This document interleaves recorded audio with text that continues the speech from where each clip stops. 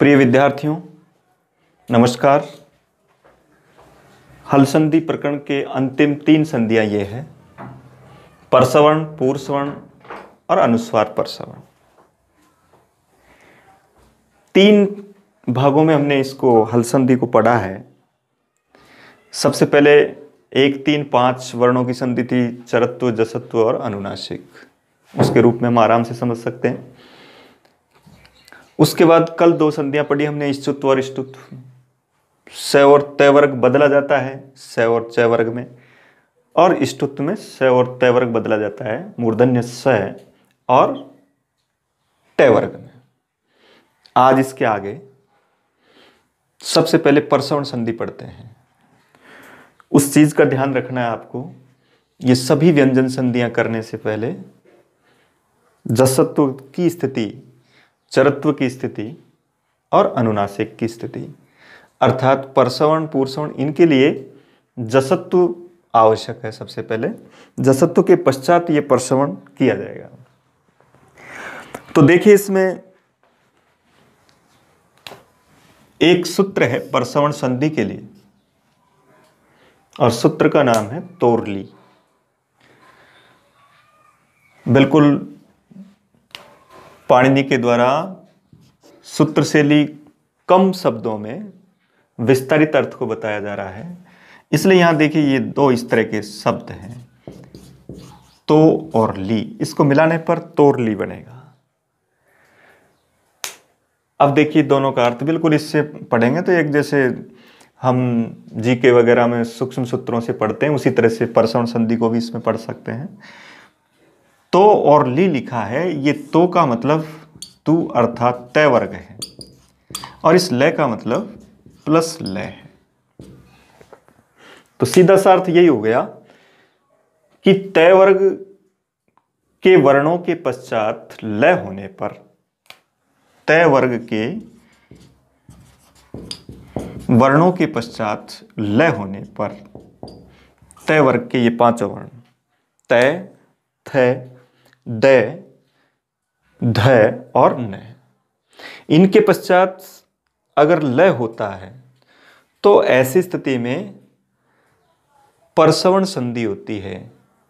ये परसवर्ण और ये पूर्वसवर्ण, पर का मतलब बाद का, सवर्ण का मतलब समान, बाद वाले के समान, अर्थात बाद में पश्चात में कौन है, पर में कौन है, लय। तो लय के समान, लय के समान कौन होगा, लय। इसलिए इन 5 अक्षरों के स्थान पर लय आदेश किया जाता है। इसका नाम है परसवर्ण संधि। सूत्र है तोरली, अर्थात तय वर्ग, तो का मतलब तय वर्ग से है। तय वर्ग में 5 अक्षर होते हैं, तय, थ, द, ध, न। इनके पश्चात जैसे ही लय दिखाई दे तो हमको इन 5 की जगह भी लय करना है। ये इस परसवर्ण संधि का नाम है। जैसे उदाहरण देखते हैं, देखिए, जैसे कि लिखा लेख, उल्लेख।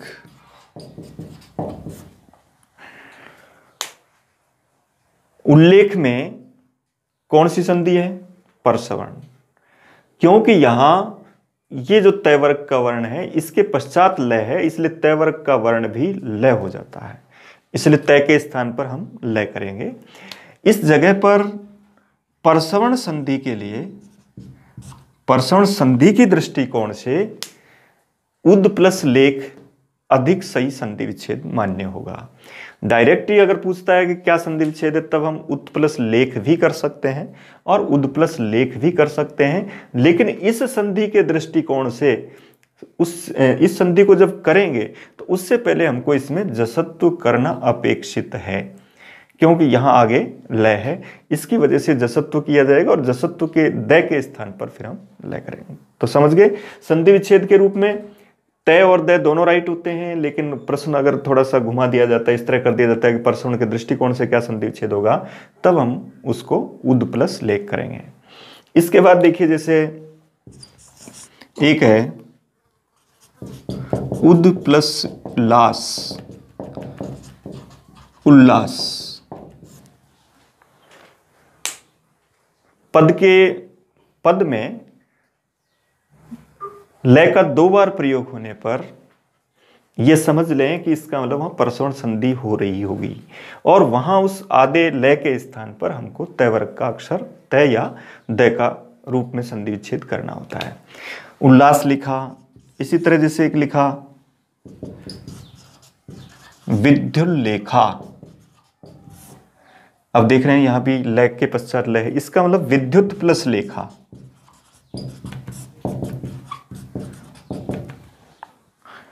तय और दय के रूप में परिवर्तन मैंने आपको एक बार बता दिया, उसी के रूप में हमको ये करना है। विद्युत लेखा अर्थात इस लय के रूप में। तो ये एक ऐसी संधि जिसमें हमको प्लस के रूप में एक ही वर्ण देखना है, वो लय, और प्लस के पहले तय की लाइन देखनी है, उनको हमको लय के रूप में परिवर्तन करना है। इसी तरह जैसे लिखा तल्लीन अर्थात तद प्लस लीन है। तल्लीन का अर्थ है उसमें लीन, तो एक तरह से समास भी हो गया हमारा सप्तमी तत्पुरुष समास, उसमें लीन। अब जब सप्तमी तत्पुरुष समास है तो समास में मूल शब्द लिखा जाता है, और मूल शब्द क्या है? तद। तत् शब्द नहीं है, शब्द कौन सा है?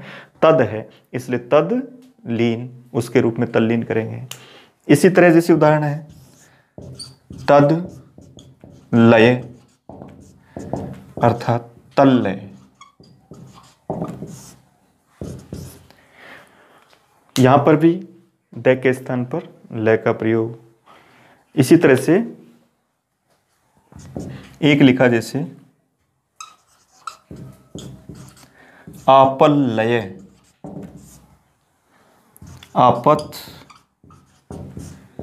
लय, तय और दय के रूप में परिवर्तन कर सकते हैं, आपद लय भी हो सकता है। इसी तरीके से एक लिखा जैसे विद्वान लिखति, यहां भी देख रहे हैं लय के पश्चात लय है, इसका मतलब विद्वान लिखति। न तय की लाइन का वर्ण है, उसके पश्चात लय है, इसलिए न के स्थान पर भी लय होगा। लेकिन यहां थोड़ा सा यह ध्यान देने की जरूरत है कि यह न अनुनासिक वर्ण है, पंचम वर्ण है, इसलिए अनुनासिक वर्ण के स्थान पर लय भी अनुनासिक होगा।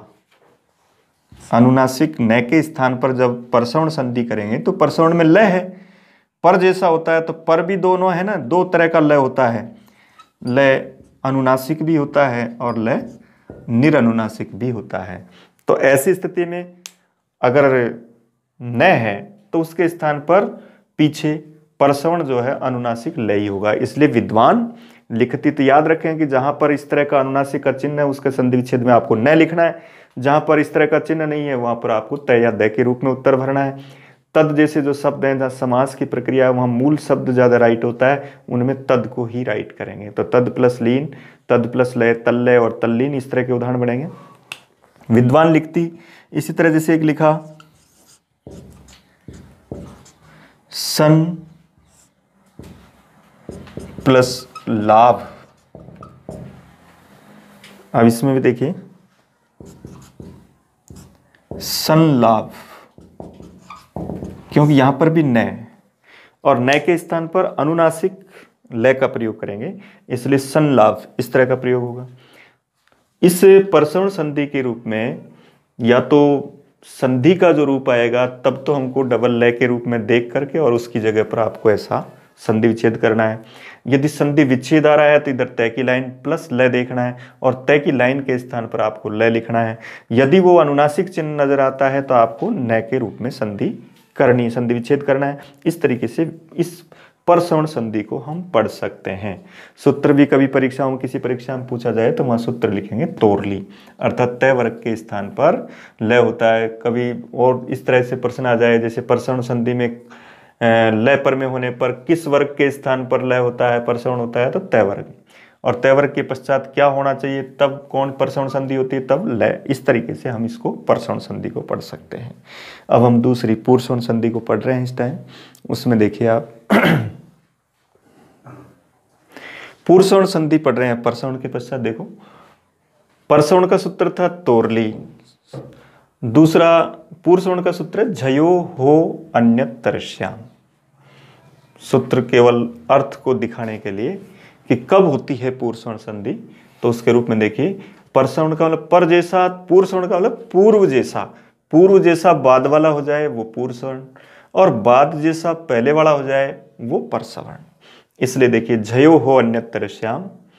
अब यहाँ झय एक प्रत्याहार है और वो झ से स्टार्ट होता है। अब झ का अक्षर कौन सा है? चौथा। च छ ज झ, इसका मतलब चौथा अक्षर, और ये चलता है कपय तक, तो इसका मतलब चौथा, तीसरा, दूसरा और प्रथम वर्ण। ये झ प्रत्याहार का मतलब है। झ से तात्पर्य जो प्रत्याहार के बारे में नहीं जानते हैं, क्योंकि रीट जैसे एग्जाम के लिए सभी विद्यार्थी कोई भी दो भाषाओं का चयन कर सकते हैं, तो ऐसी स्थिति में कुछ विज्ञान वर्ग वाले छात्र भी संस्कृत ऑप्शन चुनते हैं भाषा सेकंड में के रूप में, तो उनके लिए झय को इसमें समझना है। वो प्रत्याहार की जो प्रक्रिया है वो एक लंबी प्रक्रिया थी, लेकिन अब उनको उतना याद नहीं करके भी, क्योंकि वहाँ एक सामान्य सा पेपर आता है और उसको आराम से हल कर सकते, तो एक स्कोरिंग के दृष्टिकोण से किस तरीके से पढ़ें, तो उसमें याद रखो झय से कोई मतलब नहीं। झय का मतलब किसी भी लाइन का पहला, दूसरा, तीसरा और चौथा वर्ण। इसके बाद फिर लिखा हो का मतलब है, और फिर तीसरा शब्द है अन्यतरश्याम। अन्यतरश्याम का मतलब विकल्प होता है। विकल्प का मतलब ये संधि विकल्प से होती है। विकल्प का मतलब एक बार ये संधि हो जाएगी, एक बार नहीं होगी। तो एक बार नहीं होगी तो वो जैसा रूप है वैसा रहेगा। तो देखिए पूर्व सवर्ण संधि का मतलब हो गया पहले जैसा दूसरा वर्ण होता है। ये संधियां बिल्कुल सरल है। परसवर्ण में प्लस के बाद एक ही अक्षर देखा था हमने लय, और यहाँ पूर्व सवर्ण में भी हम एक ही अक्षर देख रहे हैं है, लय और है वाली संधियां। व्यंजन संधि में तो हम ये देख रहे हैं कब कब व्यंजन परिवर्तित होंगे। तो दो संधियों में तो दो ही अक्षर याद रखने हैं कि एक में प्लस के बाद लय होने पर, एक में प्लस के बाद है होने पर। प्लस के बाद लय होगा तो इधर तय की लाइन होगी, प्लस के बाद है होगा तो इधर ये किसी भी लाइन के 1 2 3 4 पहला, दूसरा, तीसरा, चौथा कोई सा भी वर्ण आ सकता है। तो ऐसी स्थिति में वहां इस है के स्थान पर विकल्प से पूर्व सवर्ण संधि होती है। यानी विकल्प से इधर का जो अक्षर है,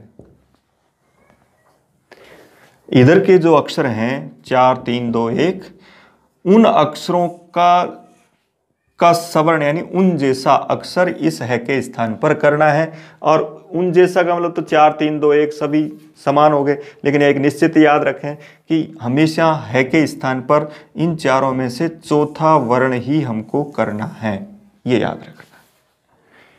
विकल्प के रूप में जैसे मान लो कोई सा भी एक ऐसा उदाहरण जिसमें हम इस तरह का प्रयोग करते हैं। देखिए सबसे पहला उदाहरण, जैसे एक उदाहरण लिखा मैंने ये जैसे लिखा अच हीनम।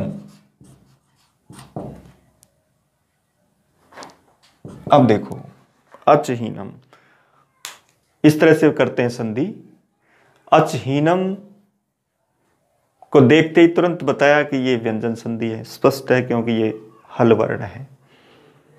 स्वर संधि में यहां पूरा अक्षर आएगा, वो स्वर के रूप में होगा। तो ये जब हल संधि व्यंजन संधि है, तो अब ऐसी स्थिति में देखो अच प्लस हीनम, अब पता लग गया कि व्यंजन संधि है, हल संधि। अब हमको ये देखना है हल संधि में कौन सी है। तो ऐसी स्थिति में सबसे पहला काम तो ये देखना होता है 1 3 5 के रूप में हमको आना होता है। तो सबसे पहले तो वो परिवर्तन करना है, बाद में कोई दूसरी संधि करनी है। तो 1 3 5 के रूप में चेंज होना है। तो 1 3 5 में आराम से समझ सकते हो क्या 1 होगा? नहीं, क्योंकि 1 के लिए तो पहला दूसरा अक्षर होना चाहिए, स होना चाहिए, 13 अक्षर ही होने चाहिए। उसके अलावा जितने भी अक्षर है, संधि पढ़ने का एक तरीका है जिसमें आराम से हम थोड़ा सा अभ्यास करके पूरा अपना उत्तर ले सकते हैं। क्योंकि हमने पूरे इस संधि के दौरान पूरे व्यंजन को हमने 2 पार्टों में बांटा है। एक में तो लिखा है 1 2 स, और एक में लिखा अन्य। बस इतना सा ही तो पढ़ना है, इससे आप पूरा इसको समझ सकते हैं। केवल इसको याद रखो, किसी भी लाइन का पहला दूसरा से तीनों से, ऐसा याद रखो। इनके साथ पहले अक्षर वाली संधि, जब ये नहीं हो तो तीसरे अक्षर वाली संधि, और पीछे पांचवा अक्षर हो तो पांचवें अक्षर वाली संधि। बस एक लाइन में ये याद रखना है। तो सबसे पहले इस काम को करना है हमको। तो यहां देखो ये है, इसका मतलब तीसरे अक्षर वाली संधि होगी। इसका मतलब सबसे पहले तो ये ऐसा होगा, इस तरह की स्थिति होगी। ये तो हमको करना ही है, क्योंकि इसको देख करके तीसरा अक्षर तो लिखना ही है। और नाम कौन सा हुआ संधि का? जसत्व संधि। ये जसत्व है। लेकिन अब देखा कि जसत्व तो हो गई, क्या जसत्व करने के बाद और कोई व्यंजन संधि, इष्टुत्व, इष्टुत्व या परसवर्ण, पूर्षण और कोई प्राप्त होती है?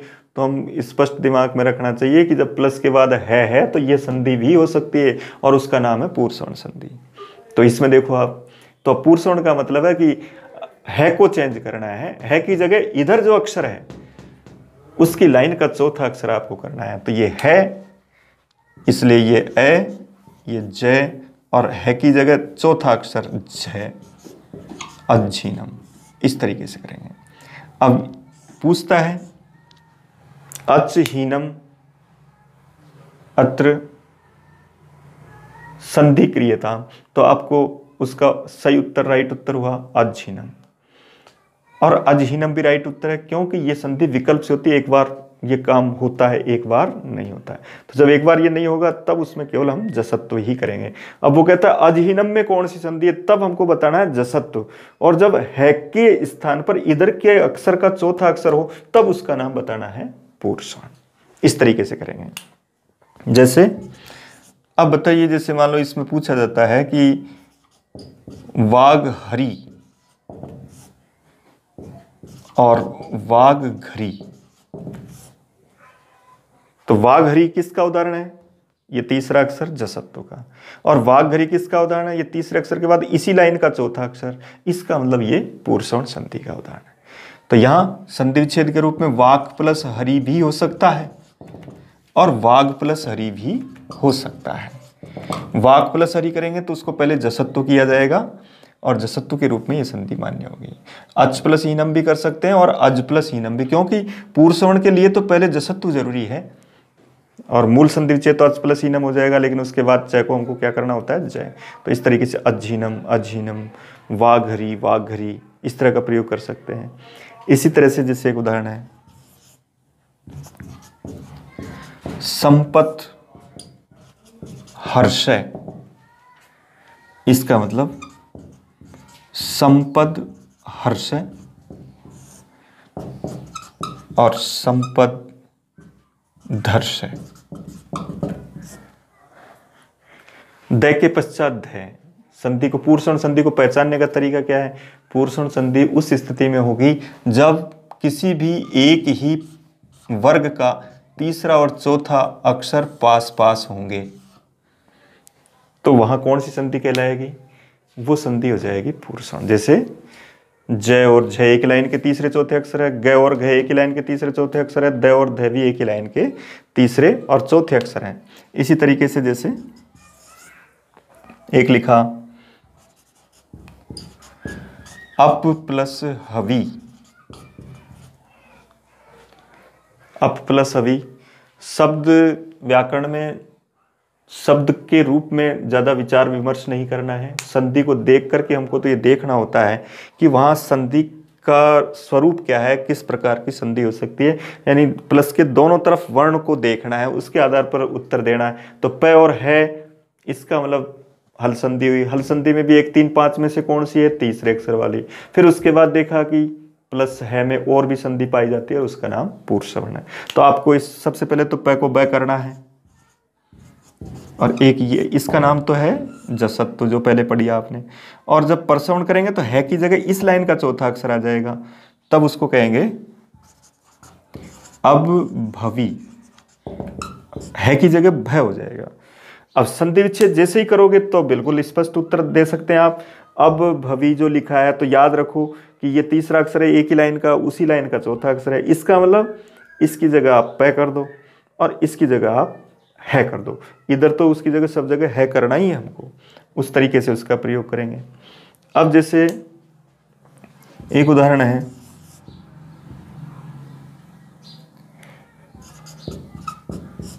सट प्लस हया, सट यानी 6, है यानी घोड़े, अर्थात 6 घोड़े।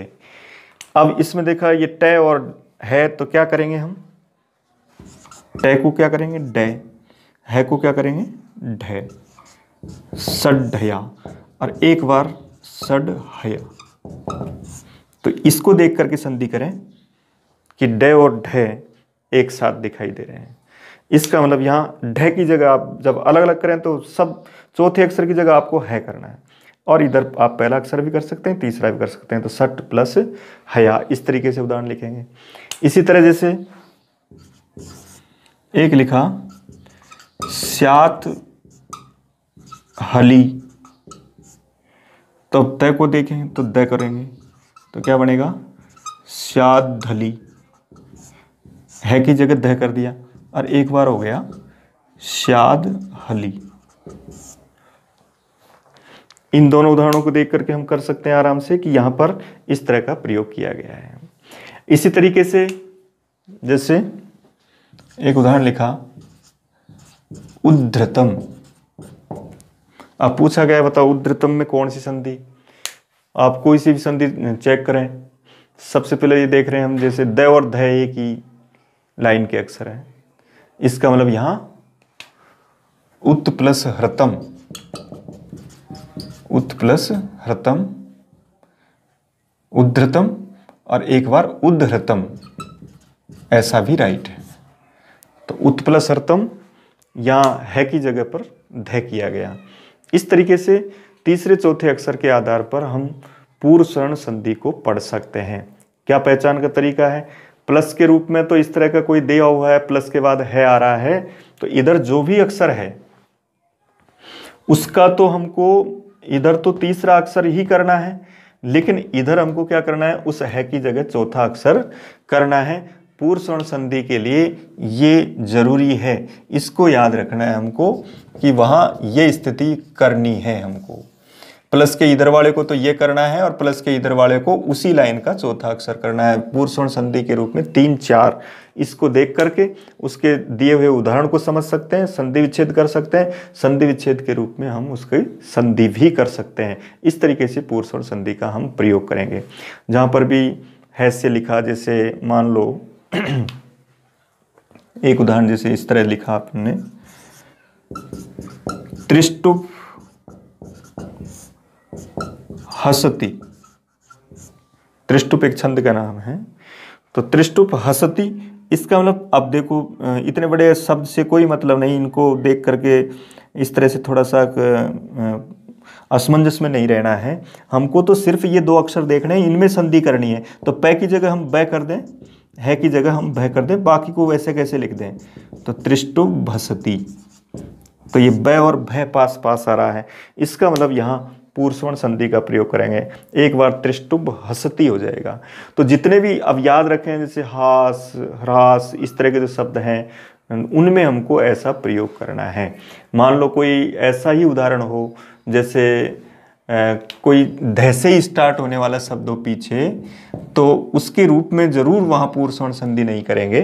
जैसे एक उदाहरण इस तरह का भी पढ़ते थे हम, जैसे ये लिखा आपने तद्धेनु। अब ये पूछा गया कि क्या यहाँ पूर्व स्वर्ण संधि है, तो इसमें पूर्व स्वर्ण संधि नहीं है। थोड़ा सा ये देखना है कि तद के बाद वाला जो शब्द है वो है से ही प्रारंभ होने वाला हो।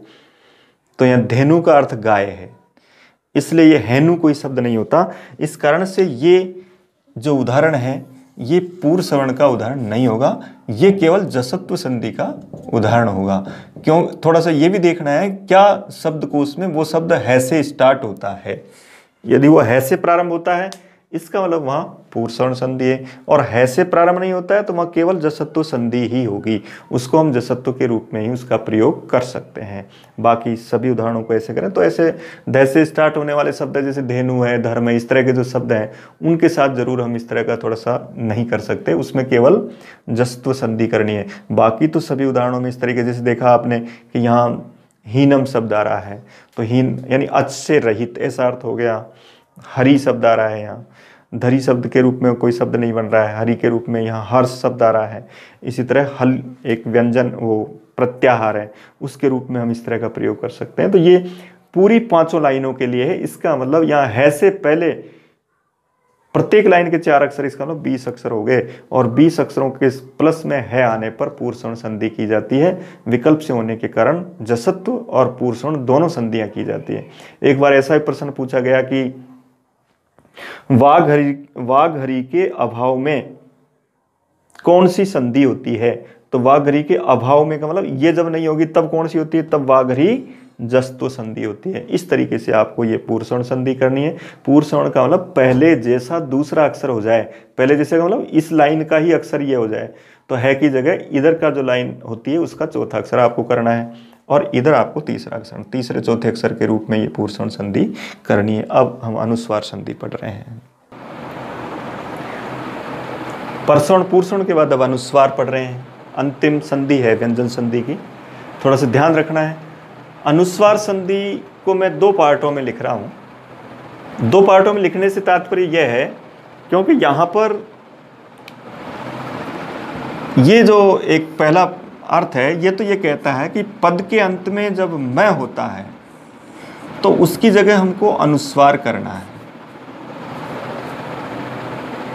और एक है अपदांत, ये अपदांत में है और ये पदांत में। पदांत में अनुस्वार संधि 2 तरह की है, एक पदांत में अनुस्वार और एक अपदांत में अनुस्वार। होता दोनों जगह यही अनुस्वार आदेश है, लेकिन पदांत में सिर्फ मैं की जगह अनुस्वार होता है, अपदांत में मैं और न दोनों की जगह अनुस्वार होता है। ये अंतर है दोनों में। इसमें पद के अंत में मैं को अनुस्वार होता है और वो पद के मध्य में जो शब्द आते हैं मैं और न, उनकी जगह अनुस्वार करते हैं। पदांत क्या है और अपदांत क्या है ये पहले भी मैं बता चुका आपको। पदांत का मतलब, पदांत तो उसको कहेंगे जहां, जैसे मैंने एक लिखा, ये देखो, पाठम स्मृति। अब आप बताएंगे पाठम स्मृति क्या अर्थ हुआ? पाठ को याद करता है, पाठ को याद करता है। पाठ अपना अलग अर्थ दे रहा है, स्मृति अपना अलग अर्थ। ये एक अलग पद है, ये एक अलग पद है, ये पदांत का मैं कहलाएगा। और एक मैंने ये लिख दिया वंदना। अब वंदना में पद कितने? वंदना में पद एक ही है, तो इसके मध्य में जो ये न आ रहा है इसको हम अपदांत कहेंगे। तो ये अपदांत मैं, अपदांत में दोनों की जगह अनुस्वार होता है, पदांत में सिर्फ मैं की जगह अनुस्वार होता है। ये दोनों में अंतर है। इसके बाद में मैं के बाद कोई भी हल हो सकता है, यानी कोई भी व्यंजन आ सकता है। पदांत में मैं की जगह अनुस्वार कब होता है? जब उस मैं के पश्चात कोई भी हल वर्ण हो, व्यंजन हो। स्वर नहीं होना चाहिए, स्वर के साथ मैं को अनुस्वार नहीं होगा। तो इसमें तो सीधा उत्तर याद रखो, अनुस्वार सूत्र। पदांत की अनुस्वार संधि में क्या करना है? मैं की जगह अनुस्वार करना है जब उसके आगे कोई भी व्यंजन आ जाए। और उधर अपदांत है, वहां मैं और न दोनों की जगह अनुस्वार करना है। उसमें भी, उसमें हल की जगह झल लिखा हुआ है, थोड़ा सा ये अंतर है। झल का मतलब चौथा, तीसरा, दूसरा, पहला, स है, ये, यानी इसका मतलब 5वें अक्षर छोड़ दिए इसने और यवरल छोड़ दिए। 5वां अक्षर और यवरल अगर उनके पीछे होते हैं मैं और न के बाद, तो इस मैं और न को अनुस्वार नहीं होगा। इनके अलावा और जो व्यंजन हैं वो होने पर मैं न को अनुस्वार होता है। हिंदी का जैसे एक शब्द देखते हो, बिल्कुल हिंदी और संस्कृत की दोनों में यही एक ही जैसी संधि है। जैसे एक उदाहरण लिखा, मान्यता। अब मान्यता में इस न को, मान्यता एक ही शब्द है तो इस न को हम अनुस्वार कर सकते हैं, लेकिन याद रखो इन पे वर्जित है, ये इन में नहीं हो सकते। किसी भी लाइन के 5वें अक्षर में ये वरल है, तो ये आ रहा है, इसलिए इस न को आप ये अनुस्वार नहीं कर सकते। ऐसा लिखा हुआ आपने नहीं देखा होगा, ऐसा नहीं कर सकते। वंदना में इस न को हम अनुस्वार कर सकते हैं क्योंकि आगे द है, द उसमें आ रहा है। इस तरह का प्रयोग कर सकते हैं। जैसे अंकित है, उसके रूप में हम इस तरह का प्रयोग कर सकते हैं। तो अनुस्वार को पढ़ रहे हैं, पहले हम अनुस्वार समझ रहे हैं, अनुस्वार के बाद में इसी का परसवर्ण होगा एक। तो अनुस्वार, तो सबसे पहले ये देखो कि कहाँ अनुस्वार हो सकता है। इसका मतलब अगर पद है एक और उसके बाद में मैं है और उसके पश्चात कोई भी व्यंजन वर्ण है तो उस मैं को आपको अनुस्वार, तो ये क्या बनेगा, ये होगा पाठम स्मृति। ये राइट उत्तर है। अब वो कहता है कि पाठम स्मृति का संधि विच्छेद करिए तो आपको इस अनुस्वार को मैं कर देना है। और जब वो कहता है कि इसका संधि रूप लिखिए तो इस मैं को आपको अनुस्वार कर देना है। जब दोनों अलग अलग पद है तो पीछे व्यंजन देखो और उसकी जगह आप अनुस्वार करो। अगर स्वर है तो इस मैं को अनुस्वार नहीं होगा। दो ही बात इसमें याद रखनी है पदांत की में। तो अपदांत में थोड़ा सा याद रखना है, स्वर में इसमें भी नहीं होती, लेकिन इसमें कुछ अक्षर और छोड़ दिए, इनमें भी नहीं होती। इसलिए जैसे ये कहा एक, बताओ गम प्लस यते, बताओ मैं को अनुस्वार होगा कि नहीं होगा, तो ऐसी स्थिति में नहीं होगा क्योंकि यह इसमें आ रहा है। इसलिए ये याद रखें, यह व र ल और पंचम वर्ण किसी भी लाइन का, उनमें अपदांत में अनुस्वार संधि नहीं होती है, इसलिए ये गम्यते ही रहेगा। इसमें इस मैं की जगह हम अनुस्वार नहीं कर सकते। तो इस तरीके से इनका हम प्रयोग कर सकते हैं। अब बताइए, जैसे मैंने एक उदाहरण लिखा, सम प्लस सार, तो सम प्लस सार मैं देख रहे हैं अंत में, इधर क्या है, व्यंजन है। इसका मतलब मैं की जगह अनुस्वार हो जाएगा। क्या रूप बनेगा, संसार। याद रखो, सम मोनुस्वार्य का उदाहरण है क्योंकि सम एक उपसर्ग है, उपसर्ग भी पद माना जाता है, उपसर्ग भी एक पद माना जाता है, इसलिए उपसर्ग का जो भी उदाहरण आएगा वो मोनुस्वार के अंतर्गत आएगा। तो सम प्लस सार संसार हो गया। इसी तरह सम प्लस सय संशय हो गया। इस तरीके से करेंगे। अब जैसे मान लो ये लिखा हिन सा, अब हिंसा तो शब्द ही एक है, उस शब्द को दो खंड बना दिए हमने। अब इस न की जगह पर अनुस्वार हो जाएगा, तो क्या रूप बनाएंगे, हिंसा, क्योंकि इसमें मैं और न दोनों की जगह होता है, इसलिए वहां हिंसा इस तरीके से लिखा जाएगा। प्रशंसा न को भी अनुस्वार हो जाएगा। इस तरीके से इनके स्थान पर हमको अनुस्वार करना है। जैसे इसमें लिखा गम प्लस गा, तो देख रहे हो गए इसमें आ रहा है और ये मैं है, तो ये अनुस्वार हुआ गंगा। समझ गया। अनुस्वार संधि में पद के अंत में मैं होने पर उसके पश्चात कोई व्यंजन होने पर मैं को अनुस्वार करना है, पद में पीछे व्यंजन देख करके बिल्कुल अनुस्वार करेंगे। अपदांत में मैं और न दोनों की जगह अनुस्वार होता है, लेकिन उसमें दो पद अलग अलग नहीं होने चाहिए, एक ही पद के दो खंड होने चाहिए। जैसे वंदना है, जैसे मंद है, इस तरह के शब्द उनमें हम इस तरीके से कर सकते हैं, हिंसा आदि जो शब्द। अब देखिए अनुस्वार में थोड़ा सा एक और विशेष बात यह है कि यहाँ तक तो हम अनुस्वार कर देते हैं, लेकिन अनुस्वार के तुरंत बाद ये पूर्ण संधि तब मानी जाती है जब इसके साथ अनुस्वार परसवर्ण होता है। तो परसवर्ण अभी पहले भी पढ़ा है मैंने, तोरली के रूप में।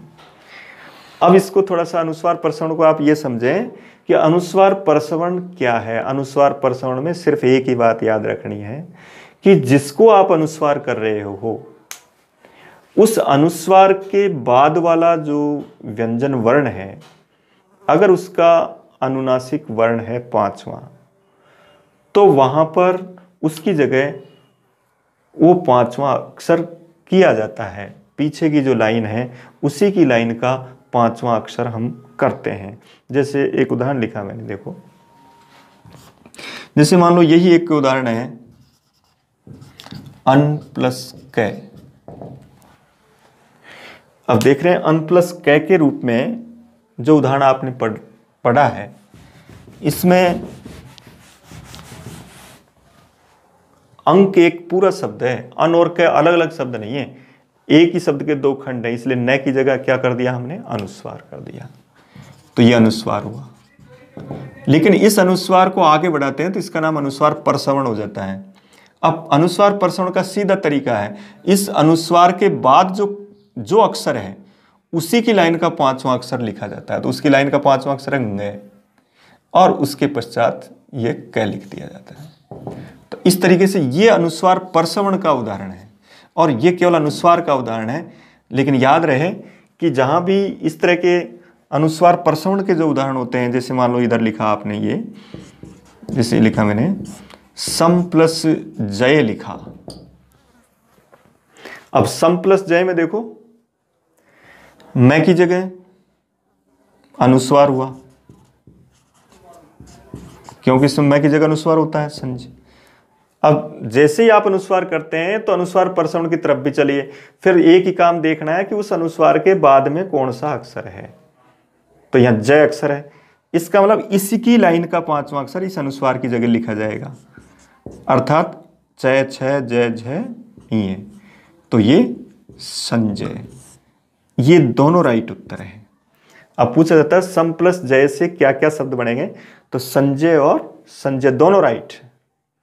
इसी तरीके से एक लिखा जैसे सम प्लस गीत, तो मैं को अनुस्वार किया संगीत। अब पीछे देखा अनुस्वार के बाद क्या अक्षर है, गय, तो गय की लाइन का 5वां अक्षर लिख दो, तो क्या बना संगीत। इस तरीके से प्रयोग करेंगे। ये दोनों एक लाइन के अक्षर होंगे इस संधि में। अनुस्वार प्रसवण में ये 5वां और उसके पीछे जो अक्षर है वो एक ही लाइन के अक्षर होंगे, तब वो अनुस्वार प्रसवण संधि है। और उस अनुस्वार के पीछे वाले अक्षर को देख के तुरंत आप उसको आगे बढ़ा दें। यदि उस तरह का है तो वो प्रसवण संधि के रूप में है। जैसे तो यहाँ ये दोनों राइट है, संगीत भी राइट है, संगीत भी राइट है, संजय भी राइट है, संजय भी राइट है। इसी तरीके से जैसे मान लो अब लिखा मैंने एक उदाहरण, इस जैसा ही दूसरा उदाहरण लिखा, जैसे सम प्लस सार, और इसी तरह लिखा सम प्लस हार। तो अब देख रहे हैं आप, सम प्लस सार, मैं को अनुस्वार तो करना ही है, व्यंजन है पीछे, इसमें तो सीधा उत्तर है, पीछे व्यंजन होने पर आपने अनुस्वार कर दिया। लेकिन अब बताइए क्या इसमें अनुस्वार प्रसवण होगा, तो बिल्कुल नहीं होगा, क्योंकि अनुस्वार के बाद क्या है, से का 5वां अक्षर होता ही नहीं। 5वें अक्षर सिर्फ 5 लाइन के होते हैं, क की लाइन, च की लाइन, ट, तय और पै, उनमें ही ये अनुस्वार प्रसवण होगा, या ये व ल में भी अनुनासिक अनुस्वार के रूप में प्रयोग किए जाते हैं। लेकिन इसमें से का 5वां वर्ण नहीं होता, इसलिए संसार एक ही ऑप्शन राइट रहेगा। इसी तरह सम प्लस हार में भी एक ही ऑप्शन राइट रहेगा, संहार। इनमें आप इनको ऐसे नहीं कर सकते, यहाँ ये उत्तर गलत हो जाएगा, क्योंकि ये इसका 5वां अक्षर नहीं है। तो 5वें अक्षर 5 लाइनों के रूप में है, उनके ही अनुनासिक वो अनुस्वार अनुनासिक वर्ण के रूप में प्रयोग किए जाते हैं। इस तरीके से हम इसका प्रयोग कर सकते हैं। उधर भी यही बात है और इधर भी, दोनों तरफ एक जैसी अनुस्वार प्रसवण संधि होती है। थोड़ा सा एक डिफरेंस जरूर है कि इसमें ये डबल प्रयोग होते हैं। जो अपदांत की जो संधियां होती है वहाँ अनुस्वार से यही प्रसवण सूत्र ये कहता है कि वहाँ निश्चित प्रसवण होता है। तो उसमें हम जैसे कभी यह भी आ जाए कि संस्कृत व्याकरण में कोई अच्छा सा क्वेश्चन बनाए, तो उसमें पूछे कि भाई अंक और अंक में कौन सा राइट है, तब आप इसको राइट नहीं करें, तब आप इसको राइट करेंगे। क्योंकि अनुस्वार प्रसवण संधि में जब अपदांत में यह स्थिति होती है तो अपदांत में अनुस्वार की जगह हमको प्रसवण तक पहुंचना अनिवार्य है, जबकि पदांत में यह संधि विकल्प से होती है, वह पदांतस्य के रूप में होता है और वह अनुस्वार से यही प्रसवण में निश्चित होता है, इसलिए वह प्रसवण करना ही अपेक्षित है। इसलिए अंक यही राइट होगा। हिंदी में दोनों राइट हो जाते हैं, क्योंकि वहाँ संस्कृत से कुछ नियम लिए गए, कुछ नहीं भी लिए गए, तो वहाँ दोनों चीज़ें हैं। तो लेकिन यहाँ संस्कृत व्याकरण में अगर ऑप्शन आता है तब आपको ये उत्तर राइट करना। जैसे गंगा लिखा है तो गंगा में अनुस्वार तो कर दिया हमने, लेकिन अनुस्वार प्रसवण करना ही अपेक्षित रहेगा, उसको हम यही लिखेंगे, ये अधिक राइट है, इसके रूप में राइट लिखेंगे। जैसे आपने ये लिखा, जहाँ पर अंक लिखा, गंगा लिखा, जैसे अब देखिए जैसे पंडित लिख रहे हैं। अब ये तो पता है आपको कि पंडित एक शब्द है, 2 शब्द है, पंडित शब्द एक ही है और उस शब्द का जब खंड हो रहा है, टुकड़ा हो रहा है, तो वहाँ हमको प्रसवण ही करना है, उसमें भी आपको इस तरह का नहीं लिखना है। संस्कृत के जो विशेष ग्रंथ हैं उनको आप अच्छी तरह से देखें। मैं ये छोटी मोटी गाइडों के लिए नहीं कह रहा हूँ, जो आजकल बहुतायत से चल रही हैं, उनमें कुछ भी हो सकता है, लेकिन संस्कृत के आप किसी भी बड़े ग्रंथ को उठा करके देखें, वहाँ पंडित ऐसा लिखा हुआ ही नहीं मिलेगा, आपको यही लिखा हुआ मिलेगा। वहाँ अंक आपको ऐसा लिखा हुआ ही मिलेगा, वहाँ इस तरह का लिखा हुआ नहीं मिलेगा, आपको गंगा शब्द इस तरह का ही लिखा हुआ मिलेगा। तो इस तरीके से क्योंकि अपदांत में परसवर्ण ही होता है, अनुस्वार के स्थान पर परसवर्ण का प्रयोग किया जाता है अनुस्वार से, यही परसवर्ण सूत्र के द्वारा। यहाँ वो सूत्र चेंज होता है, इसलिए यहाँ दोनों राइट होते हैं। तो याद रखें, सम को तो विशेषकर याद रखें, क्योंकि सम एक पद है और उसमें दोनों चीजें रहेगी जब उसका पांचवा अक्षर पीछे हो। ऐसी स्थिति में हम इसको प्रयोग कर सकते हैं। अब जैसे मान लो ये कहा जाता है कि बताओ सन्मार्ग, क्या इसमें अनुस्वार परसवर्ण संधि है? तो थोड़ा सा हम क्या जल्दबाजी में उत्तर सही भर जाते हैं कि इसको मान लेते हैं कि इसमें अनुस्वार परसवर्ण संधि है, जबकि यहाँ नहीं है। मैंने पहले ही बताया कि ये दोनों अक्षर एक ही लाइन के होने चाहिए, जैसे ये और जय, जैसे ग और गय, जैसे इधर देखा आपने न और द, इसके रूप में। तो यहाँ ये न और म अलग अलग लाइन के, इसका मतलब ये इसका उदाहरण नहीं है। ये हमने पीछे पढ़ी थी अनुनासिक संधि, उसके उदाहरण थे। इसी तरह जैसे वंदना शब्द है, तो वंदना कौन सा राइट होगा? वंदना भी अपदांत का उदाहरण है, तो ये राइट होगा, अनुस्वार वाला राइट नहीं है। इसी तरीके से अब लास्ट में एक और है कि अनुस्वार संधि का ये एक अपवाद है, सम्राट, सम प्लस राट, सम्राट। ये एक ऐसा उदाहरण है जिसमें मो अनुस्वार सूत्र मैं की जगह अनुस्वार नहीं करता है। इसके अलावा सब जगह आपको इस नियम से काम करना है।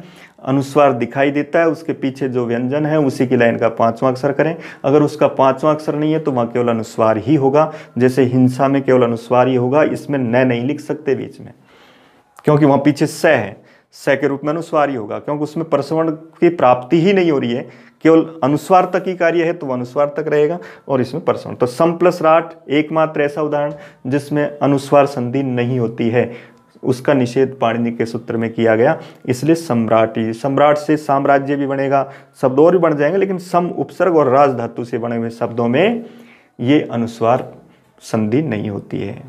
तो इस तरीके से ये अपनी पूरी हल संधि समाप्त हुई। धन्यवाद।